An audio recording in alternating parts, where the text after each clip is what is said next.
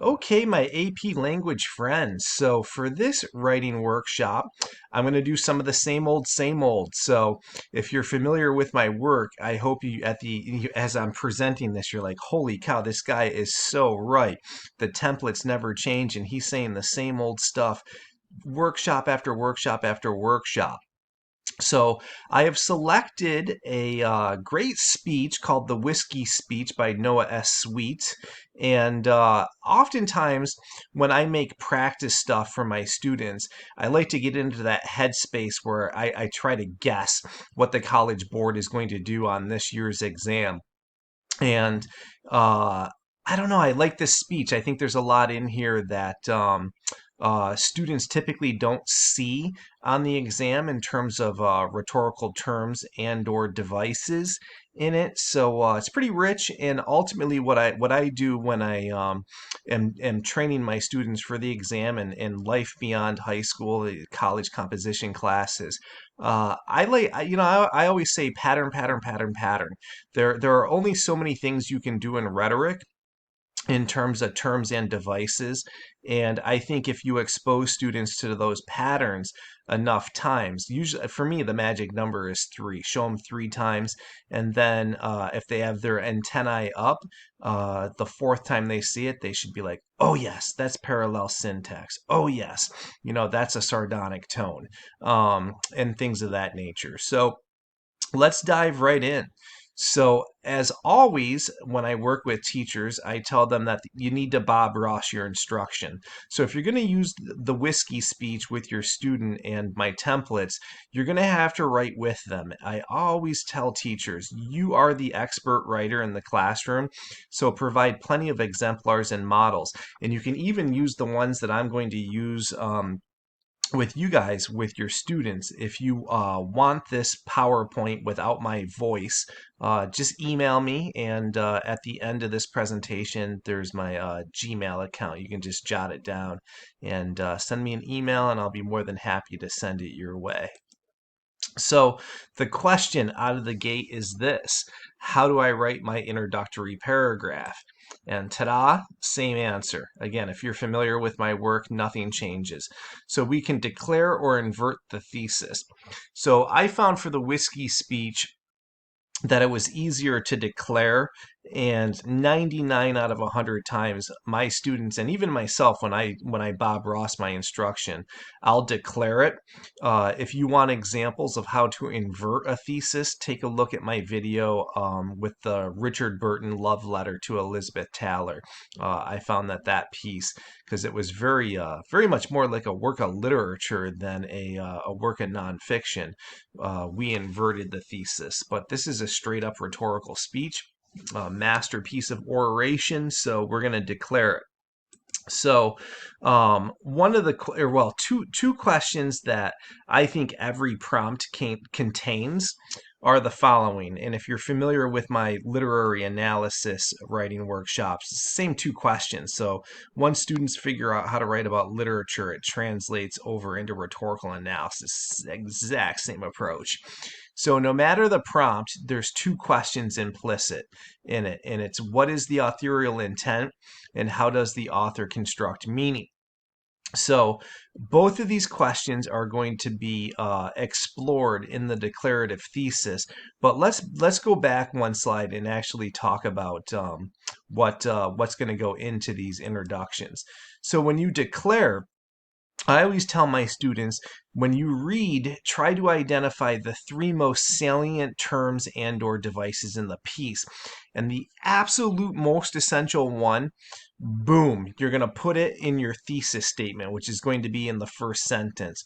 Then it's just context and background, and you kind of weave in those other two terms and devices.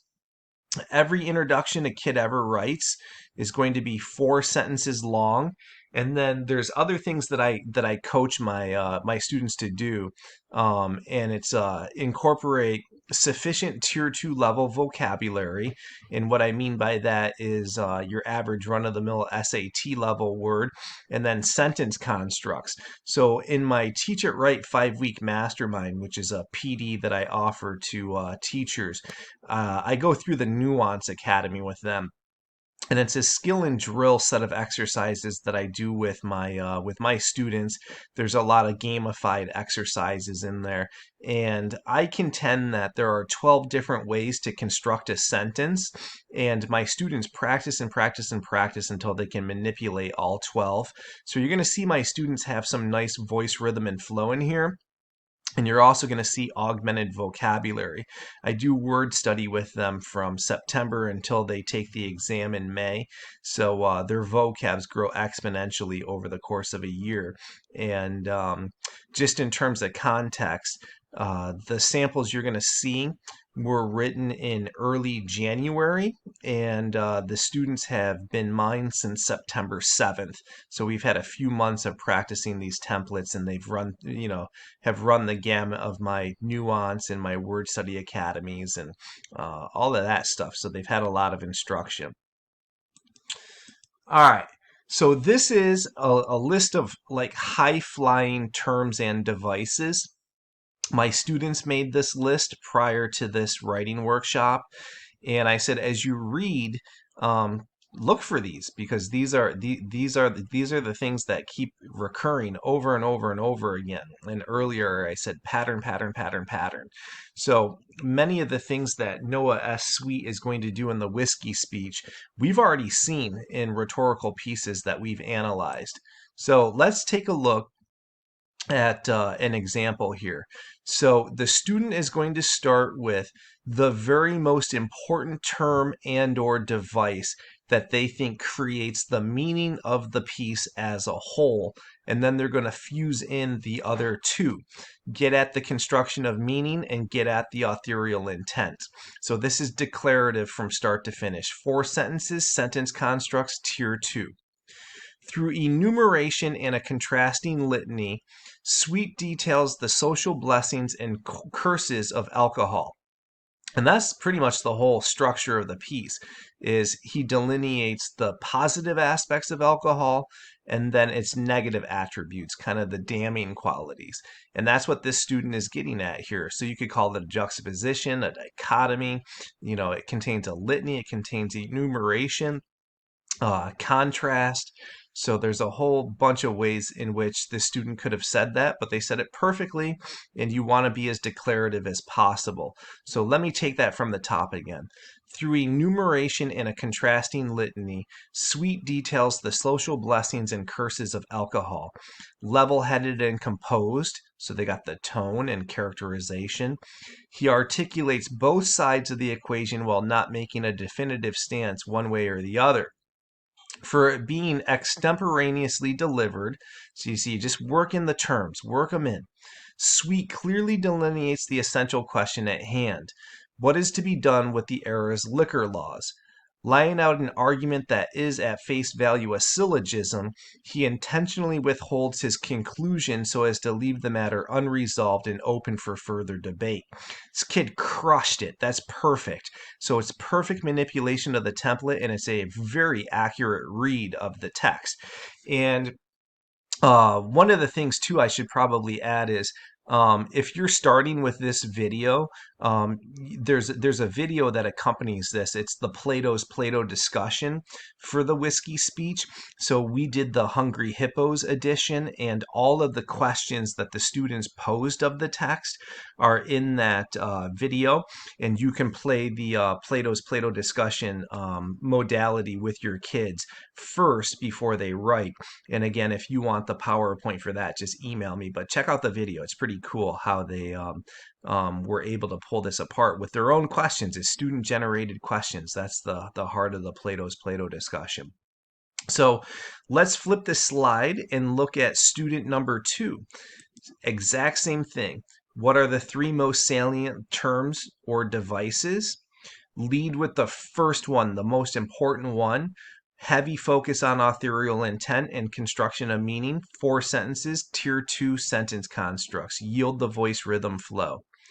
While only offering the first and second premises of both sides of the argument, so this kid's saying the syllogism's the most important thing, Sweet deliberately withholds his conclusion on the topic so that his peers can likewise take stock of the debate. On one hand, he provides a litany of all the troubles alcohol yields, while on the other hand enumerating all of its positive qualities. With a tone that is composed and calculated in spite of being off the cusp, so you get to the extemporaneous piece there, he lies the foundation for an open discussion of the issue with his colleagues. Not wanting to have the final and authoritative last word, he walks away from his argument without drawing a clearly defined conclusion. 3 terms and/or devices. 4 sentences. Look at the vocab in here. It's like let's identify the tier twos. Withhold deliberately, not over the top. Take stock. That's good. So having some colloquial vernacular in here. She's got litany, yields, enumerate, compose, calculate, foundation, right? Authoritative. So nothing over the top. This kid stays in their wheelhouse, but it's definitely academic. But it's got this hipster academic quality to it where it's not overly pedantic, it's not geeky. The kid stays in his wheelhouse and doesn't overdo the vocabulary. Sometimes students think that if they use a million dollar words, it equates to good writing. It's like, no, you have to have an authentic voice, right? Stay true to you. So out of the gate, this kid's blazing, and the template yields it, right? An accurate read. So that's where that Play-Doh discussion comes in. If kids that can ask good, juicy questions of a text are going to ascertain its meaning pretty well, and then if you equip them with a good set of templates, they're going to crush their writing. So crush the reading, crush the writing. They are going to ace this exam all day long. So here's another one. It's a student that struggles with me a little bit, but look how they manipulate the template. And this kid doesn't always have the best reads. They overlook some things, but this is pretty decent for how concise it is, and it's going to follow the exact same template as the other two. It's just probably not as crisp in the voice, rhythm, flow. The complexity of the read isn't fantastic, but it's fine. I think it's good enough to get a 5 or a 6, even though it falters a little bit. In spite of its impromptu nature, Sweet delivers a speech that is both precise and almost mathematical. So that's the important term or device that this student is going with. And implication is fine.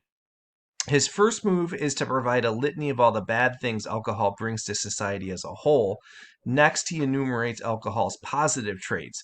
But in the end, despite providing an argument for and against prohibition, he does not take a clear stance. That's nuts and bolts academic stuff right there. And it's nothing flashy, but the read is crushed, and the template is what yields this. So I think this is a very good, solid foundation upon which to build the rest of the essay. And I think even though it's not as good as the previous two, it's pretty scorching. I think if kids can do this on the exam, it's going to bode very well for them. So the next question is, how do I write the body paragraphs? I'm done with my intro. What do I do next? And guess what? We are going syllogistically every single time we write a body paragraph, no matter the expository mode. So even though we're talking about rhetorical analysis, you can do this for FRQ1 and FRQ3. You can do it for literary analysis, and you can do it for research as well. So if you're new to my syllogism, let me give you a quick overview of it. It's rooted in the Aristotelian tradition. Aristotle ran a school called the Lyceum, and the rich aristocratic boys would attend that school to learn the fine arts of oration and polemics, basically word wrangling, wordsmithing, debate. And the boys would sit around in a circle, and Aristotle would give them a nice, girthy, juicy question like, what is justice? And they'd put their heads together and they would create syllogistic definitions of what justice is. And like, if you're familiar, that's Plato's Republic, the book Plato's Republic. They tussle around that essential question, and all these philosophical think tankers come to the mic and say, this is what justice is. And then the men would gather around and say, no, there's holes in that. There are loopholes. Here's a different definition. And they just spin around in the mud coming up with various definitions of what justice is. And Aristotle uh, equipped his students with the syllogistic construct in order to house their logic. And the College Board calls that line of reasoning. So what we're doing is giving students a template to assure that their line of reasoning is very tight, logical, and kind of mathematical. And all a syllogism is when you argue from premise to conclusion. So here's an example. If I were to say, arsenic is deadly, my dog ate arsenic, my dog is going to die. Like, that's bulletproof logic. But what happens with our students is that they don't have a line of reasoning. So they're all over the place and we read their papers and we scratch our head. So there's a couple of things that happen. So let me delineate this. A student might say, arsenic is deadly. I hate pineapple on my pizza. The Cleveland Browns didn't make the Super Bowl this year. And it's like, what? What is that? So they basically stack first premises on top of each other and don't have a sustained line of reasoning. Or, and we definitely could look at a whole bunch of College Board sample papers to prove this, and I'll do a video on this when I get into review time. Students typically for rhetorical analysis only present the second premise, and that's why they read so plot heavy. And they've basically not met the demands of the assignment. They are, in fact, doing plot analysis and not rhetorical analysis. So we can't have that. So if they are going to manipulate this template, it's going to look like this. The first premise is going to be the argument containing the rhetorical terms and or devices. And that's going to be 3 sentences long, because even though they say this in the synthesis portion of the exam, I always tell my kids, is great advice. Your argument is central. So don't get quoting the text or paraphrasing the text too high up in the paragraph, because then you're breaking the mode and you're doing plot analysis. And again, can't do that. Second premise is going to be the teeter-totter balance of quoting and paraphrasing. So we call that textual support. And the conclusion of the syllogistic body paragraph. So I'm going to really clarify that. The conclusion of the syllogistic body paragraph, not the conclusion paragraph of the essay, is where the textual analysis comes in. And I always say to my students, the first premise is a promise. So you got to bring it full circle. You end where you begin where you end, full circle. So it's kind of like you echo the thesis statement a little bit. So the smart students say this to me. They say, Mr. Kuhn, the introductions are 4 sentences long because we're using a template. So you must have a magic number for the length of a syllogistic body paragraph. And I say, I do. To have enough support and analysis, it should be about 10 sentences long. No more than 12 sentences. Otherwise, they're just going to go on bird walks, bloviate, and probably break their line of reasoning. So shoot for 10, no more than 12. So let's take a look at the first three sentences which comprise the first premise. So it's an argument containing the terms and devices. So I tell my students, go sequentially, go chronologically. Start where the author starts.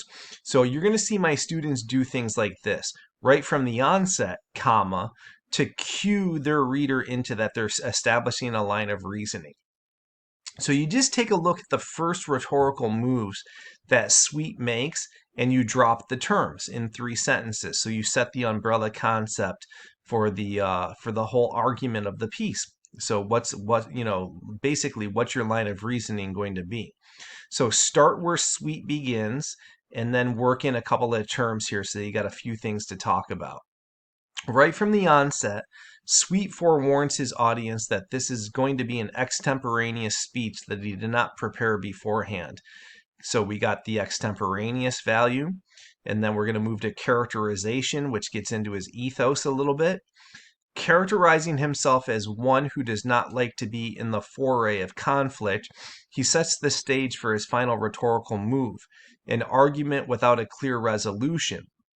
And almost as another forewarning, He tells his audience that his tone will be blunt and hold nothing back. So you can see there, you got a few terms and devices. So I always tell my students multitask the first premise. Otherwise, if you have, if you're single tasking your topic sentences, you're going to have one paragraph tone, one paragraph syntax, one paragraph diction, one paragraph extended metaphor, right? And you're going to have the kids to have a total read. The kid's going to have like 12 body paragraphs, body paragraphs of like 4 sentences long. It's too methodic, it's too robotic, and not skillful. So I always say multitask that first premise. Now, in terms of line of reasoning, what did we promise? We are going to talk about the fact that this is an extemporaneous speech. We're going to talk about Sweet's ethos and his characterization. And we're also going to talk about his syllogism, because the whole thing is syllogistic. So in order to sustain our line of reasoning, we can't talk about anything else. And we made a promise in that first premise. So we gots to talk about that. So, oops, I just skipped. I got to go back. So start with the extemporaneous aspect, because that's the term you dropped first. Everything has a chronology, everything has a sequence. So immediately, almost as if he is sidestepping the issue at hand, he tells his audience that he had not intended to discuss this controversial subject at this particular time. So you can see the fourth sentence begins the second premise, and I always tell my students, fourth sentence, get quoting. All right, and now it's just a teeter-totter balance of quoting and paraphrasing. Even though all of his statements are unprepared, he will nonetheless be direct and to the point. An often used rhetorical device to lay out an argument is the syllogistic construct, a construct that Sweet immediately sets up in his first transition. In his first premise, he provides a litany of all the reasons why liquor laws should clamp down on the devil's brood, the poisonous scourge, the bloody monster. So again, just embed the quotes. And I have a simple template for that. I call it the 5-word rule. If a student places a minimum of 5 words, so not exactly, but a minimum of 5 words in front of the quote and keeps the quote small, it should sound conversational. And if it doesn't, they can use brackets. So teach them how to do that. So you have this good blend here, teeter-totter balance, quote and paraphrase. So far all the quotes are germane to the promise. We're talking about the syllogism, we're talking about the ethos, we're talking about the extemporaneous nature. That's what we promised up top, so our quotes are aligned with that. For some who imbibe spirits too much, they may need for governmental bodies to save them from the evil drink that topples the Christian man and woman from the pinnacle of righteous, gracious living. So these quotes are perfectly embedded and they're aligned. So our quotes are helping sustain the line of reasoning. Yet, however, his simple conjunction of but flips the argument completely over on its head. His next move of enumerating the positive aspects of liquor poses a rhetorical question. Why are laws needed for those men and women who can handle a social drink or two? Alcohol is not an evil entity for those who can use it as the oil of conversation, the philosophic wine, the ale that is consumed when good fellows get together. For some people, alcohol can put the spring in the old gentleman's step on a frosty, crispy morning while also helping good people set aside life's great tragedies and heartaches and sorrows. So we're at the end of the second premise, but I want to show you something that this student did. I talk about multitasking the second premise as well. Do you see how that last sentence we just read has 2 quotes in one sentence? Holy sophistication. Like I really teach my students how to do that from time to time, not overuse it, but it creates a nice complexity that I think bodes well for them as the College Board readers look at their work. So let's talk about other mechanics here. Sentence constructs are manipulated. They're using all 12. The vocab's up without being pretentious and pedantic. So it's perfect. So now we're at the conclusion of the syllogism. We have to echo the thesis and really make sure we've kept our promise to the first premise. So let's see if we can hear the echo here and see the links. The structure of Sweet's argument makes one thing clear. This is not an open and shut discussion. There are subtle nuances to the debate.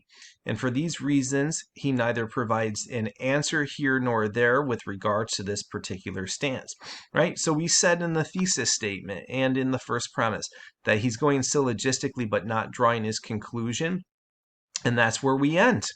And that was done in exactly 12 sentences. Line of reasoning was totally left intact. So from start to finish, nothing extraneous came in. We did not deviate. We did not, break a promise whatsoever. So perfectly intact, very logical, very mathematical, well computated here. So that was perfect. And again, if a student can manipulate that template on the exam, they're going to do great.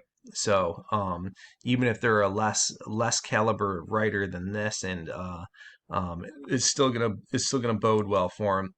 So here's the thing. Um, I'm going to be doing a lot of free webinars in the coming months. So Perfection Learning, I'm doing some consulting with them, and I'm booked for the first Wednesday of every month for I think the rest of the academic year. So I'll be doing one on my alternative grading methods. I'll be doing one on my syllogisms. I'll be doing one on my Plato's Plato discussion. So just look in the Facebook groups for that. Also doing some consulting for the National Writing Project.